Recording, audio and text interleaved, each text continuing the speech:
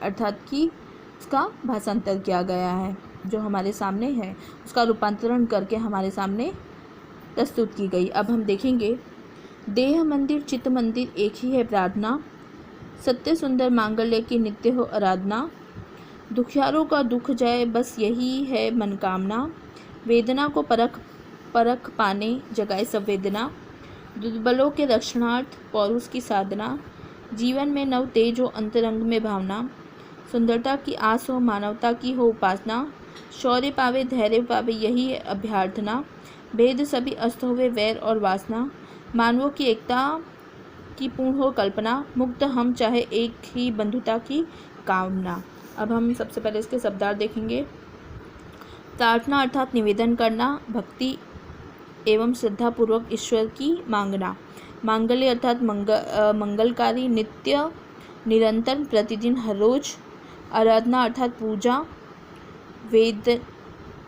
वेदना अर्थात कष्ट व्यथा, परख अर्थात गुण दोष को निश्चित करने की परीक्षा, संवेदना अर्थात अनुभूति सहानुभूति, दुर्बल अर्थात कमजोर, साधना अर्थात उपासना आराधना, अंतरंग मतलब शरीर के भीतरी अंग मन मस्तक, आस मतलब आशा भरोसा सहारा कामना, मानवता अर्थात मनुष्यता, आसना अर्थात आराधना भक्ति, धैर्य मतलब धीरता धीरज सब्र करना, अभ्यर्थना मतलब अनुरोध करना विनती करना, अस्त मतलब ओझल अंत नाश समाप्त, बैर दुश्मनी शत्रुता, वासना अर्थात कामना। अब हम श्री बसंत बापट द्वारा लिखी गई कविता का भावार्थ देखेंगे। देह मंदिर चित्त मंदिर एक ही है प्रार्थना, सत्य सुंदर मांगल्य की नित्य हो आराधना। प्रस्तुत पंक्तियाँ श्री बसंत बापट द्वारा जो लिखी गई प्रार्थना है उसके द्वारा प्रस्तुत पंक्तियों के द्वारा कवि कहना चाहते हैं कि हे प्रभु हे भगवान, मेरी आपसे यही प्रार्थना है। देह मंदिर चित्त मंदिर एक ही है प्रार्थना, देह मंदिर अर्थात शरीर रूपी मंदिर से और चित्त मंदिर अर्थात मन रूपी मंदिर से। तो कवि कहते हैं कि मेरी यही प्रार्थना है, शरीर और मन से सत्य सुंदर मांगल्य की नित्य हो आराधना। कहते हैं कि सत्य और सुंदर की आराधना हो, लोग सच्चाई के मार्ग पर चले, उनके मन में सुंदर विचार है और सब एक दूसरे के हित के बारे में सोचें। यहाँ पे सत्य अर्थात सच्चाई का मार्ग और सुंदर अर्थात अच्छे विचार और मांगल्य अर्थात लोग एक दूसरे के हित के बारे में सोचें। तो प्रस्तुत पंक्तियों के द्वारा कवि कहते हैं कि देह मंदिर अर्थात शरीर रूपी मंदिर, चित्त मंदिर अर्थात मन रूपी मंदिर से मैं भगवान आपसे एक यही प्रार्थना करना चाहता हूँ। सत्य अर्थात सच्चाई के मार्ग पर चलने वाले, सुंदर अर्थात अच्छा विचार और मांगल्य अर्थात एक दूसरे के बारे में अच्छा सोचना, ऐसी ही नित्य हो आराधना, मतलब हर रोज़ मैं आपसे इस तरह की ही आराधना करूं। मेरी यही आपसे प्रार्थना है। दुखियारों का दुख जाए यही मनकामना। जो भी लोग, फिर आगे की पंक्तियों में कवि श्री बसंत बापट जी कहते हैं कि कवि कहते हैं और प्रार्थना करते हैं दुखियारों का दुख जाए। फिर वो कहते हैं कि जो भी लोग दुखी हैं उन लोगों को दुख से छुटकारा मिले, यही है मनकामना और मेरी मन से यही प्रार्थना है। वेदना को परख पाने जगाए संवेदना। जो एक दूसरे को पीड़ा होती है उसको अनुभव करने की संवेदना जगाएं। दुर्बलों के रक्षणार्थ पौरुष की साधना। दुर्बलों की रक्षा के लिए शक्ति और साहस का उपयोग हो। जीवन में नव तेज हो अंतरंग में भावना। प्रस्तुत पंक्तियों के द्वारा श्री बसंत बापट कवि कहते हैं जीवन में नव तेज हो अंतरंग में भावना। सबके जीवन में एक नया प्रकाश, एक नई चेतना हो, अंतरंग में भरना, सबके हृदय में सुंदर भावनाएं आएँ। सुंदरता की आस हो, मानवता की हो उपास, सबके मन में सुंदर आशाएं और सबके मन में पूजा करने की भावना हो। शौर्य पावे धैर्य पावे यही अभ्यर्थना।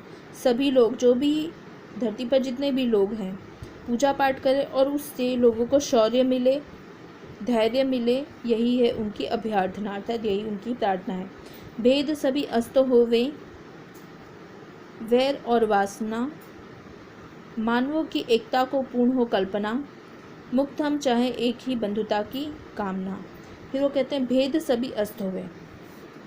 कवि की इच्छा यह है, कवि ये कहना चाहते हैं कि मनुष्य के बीच में जो भी भेदभाव है वो कैसे हो समाप्त हो। मतलब कोई जाति पाति का भेद ना रखे, कोई धन को लेकर भेद ना रखे, कोई किसी के रंग रूप को लेकर भेद ना रखे। तो ऐसा कोई भी भेद नहीं होना चाहिए, सब एक दूसरे को अच्छा समझे। वैर और वासना, और जो भी वैर है मतलब जलन है या जो भी वासना है वो सब क्या हो जाए, दूर हो। और किसी को किसी से दुश्मनी ना हो। लोगों की जो भी बुरी इच्छाएं, वासना अर्थात जो भी बुरी इच्छा, इसके पास ज़्यादा धन है तो मैं इसका धन लूट लूँ, या इसका बुरा हो जाए, या आप वासना किसी भी तरह की हो सकती है, तो वो सभी कैसी हो जाए, नष्ट हो जाए। मानवों की एकता की पूर्ण हो कल्पना, और सभी मनुष्य एकता का अनुभव करें। सभी मनुष्य एक दूसरे को एक समान ही समझे, कोई किसी को बड़ा ना समझे, कोई किसी को छोटा ना समझे, सब एक दूसरे को समान समझे। मुक्त हम चाहे एक ही बंधुता की कामना, हम स्वतंत्रता और बंधुत्व की कामना करते हैं। मुक्त हम मतलब कि अगर कोई बंदिश है तो उस बंदिश को हम तोड़ दें, मुक्त हो जाएं, और संपूर्ण विश्व में बंधुता की भावना फैले। बंधुता अर्थात भाईचारा की बंधुता, मतलब एक दूसरे को सब अपना भाई समझे। वसुधैव कुटुंबकम की भावना हो, पूरा विश्व जो वो एक परिवार की भांति हो। तो इस तरह से लोगों के मन में कामना हो, लोग इस तरह के बारे में सोचें। तो यहाँ पर ये कविता समाप्त होती है। अब हम स्वाध्याय देखेंगे जो कि एक एक वाक्य में प्रश्नों के उत्तर हैं। कवि नित्य कैसी आराधना चाहते हैं? तो कवि नित्य कैसी आराधना चाहते हैं? कवि नित्य, नित्य मतलब हमेशा। कवि हमेशा ऐसी आराधना चाहते हैं जिसमें सत्य, सुंदर और मांगल्य की भावना हो।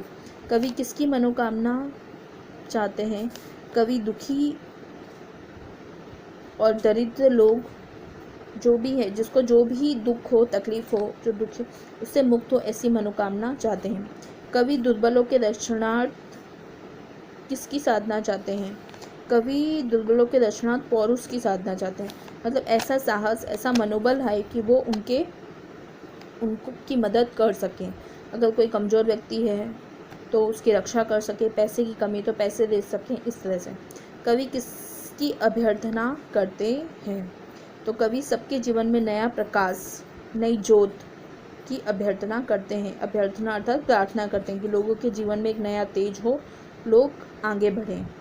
कवि कैसी बंधुता की कामना करते हैं? तो कवि ऐसी बंधुता की कामना करते हैं जिसमें सब स्वतंत्र होकर भी भाईचारे की भावना से जुड़े रहे। सब स्वतंत्र तो हो, किसी पे कोई तरह का दबाव ना हो, मनुष्य अपने जीवन को प्रेम और आराम से जिए, पर कैसी भाईचारे की भावना से, कोई किसी को देखकर जलन ना करे।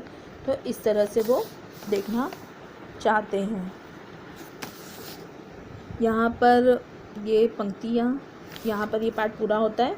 तो धन्यवाद।